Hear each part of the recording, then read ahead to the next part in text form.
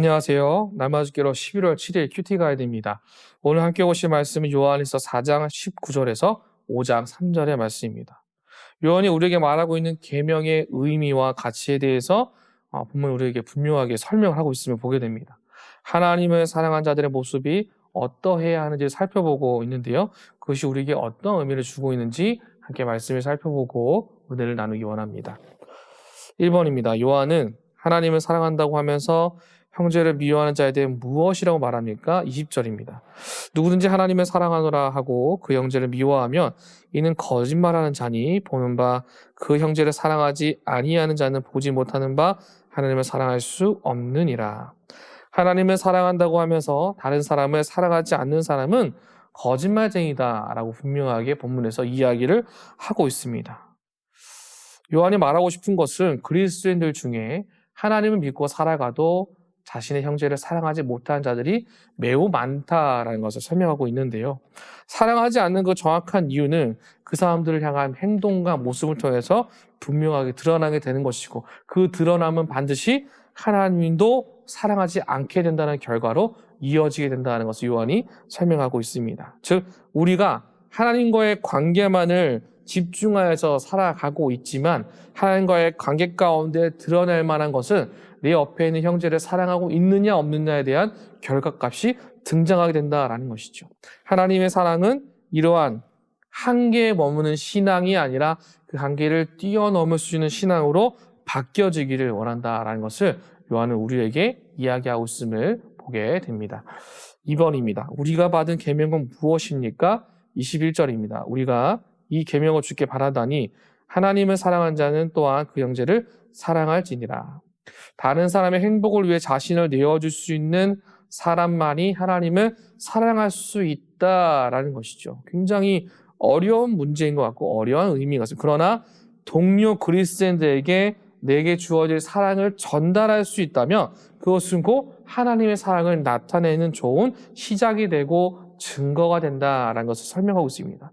결국 하나님의 사랑은 그러한 한계도 넘어가게 될 뿐더러 그 한계의 좋은 모범은 하나님께서 자신의 아들을 보내어 주심으로 하나님의 사랑이 이 땅 가운데 아주 크게 있다라는 것을 성경 우리에게 이미 보여주고 있다라는 것이죠. 십자가의 그 사랑을 통해 우리에게 주실 만한 가장 큰 선물을 하나님의 이름으로 주셨고 그 모든 이야기의 끝은 그 시작은 서로를 사랑하는 것으로 발전되어져서 이야기되고 있다라는 것을 본문은 우리에게 보여주고 있습니다. 3번입니다. 하나님을 향한 사랑은 무엇으로 증명됩니까? 5장 3절입니다. 하나님을 사랑하는 것은 이것이니 우리가 그의 계명들을 지키는 것이라. 그의 계명들은 무거운 것이 아니로다. 하나님의 계명을 이야기하는데 특징이 있죠. 그 계명은 무거운 것이 아니다. 무거운 짐도 힘든 일도 아니다라는 것을 아주 깊이 뿌리 깊게 설명하고 있습니다. 그만큼 우리의 마음의 뿌리에 이것을 기억하여서 어렵지 않다, 무겁지 않다라는 것이죠. 이 단락은 결국 어디까지 흘러가는가? 이것을 지킴으로 인해서 우리가 승리의 확신을 겪게 되고 하나님께 속하는 사람은 누구나 세상에 대한 하나님의 승리를 이와 같은 모습으로 나타낼 수 있다라는 것입니다.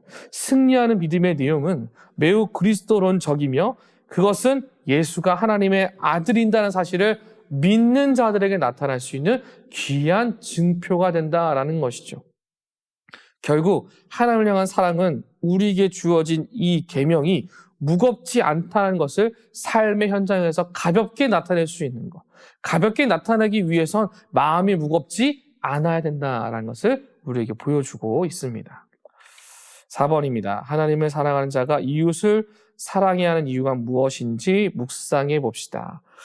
말씀은 단지 그리스도 안에 그 말씀이 육신이 되어 우리 가운데 거하셨다는 것만 이야기하는 것이 아니라 그의 죽음을 통하여서 우리 가운데 허락한 귀한 사랑이 나에게만 주어진 것이 아니라 나와 함께하는 모든 자들에게 나타나는 것. 아버지께서 자신의 독생자 예수에게 주신 것처럼 독생자 예수 그리스도의 십자가의 사랑을 통하여 은혜를 받은 자가 나타낼 수 있는 것, 그것이 흘러가야 된다라는 것이죠. 신자는 누가 되었든 자신과 함께하는 자들을 사랑으로 보듬을 수 있어야 된다는 것을 성경 우리에게 도전함으로써 누가 하나님에게서 났는지 우리가 누구로부터 시작되었는지를 기억하는 것이 중요하다라는 것을 본문은 우리에게 보여주고 있습니다.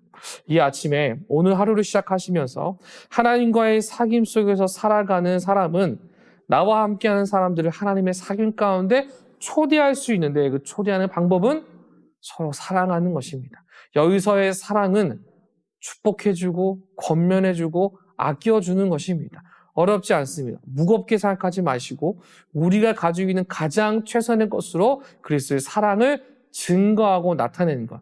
삶의 현장에서 이와 같은 일들이 아름답게 나타나므로 오늘 하루도 넉넉히 믿음으로 승리하는 저와 여러분 모두가 되시기를 주님의 이름으로 축복합니다.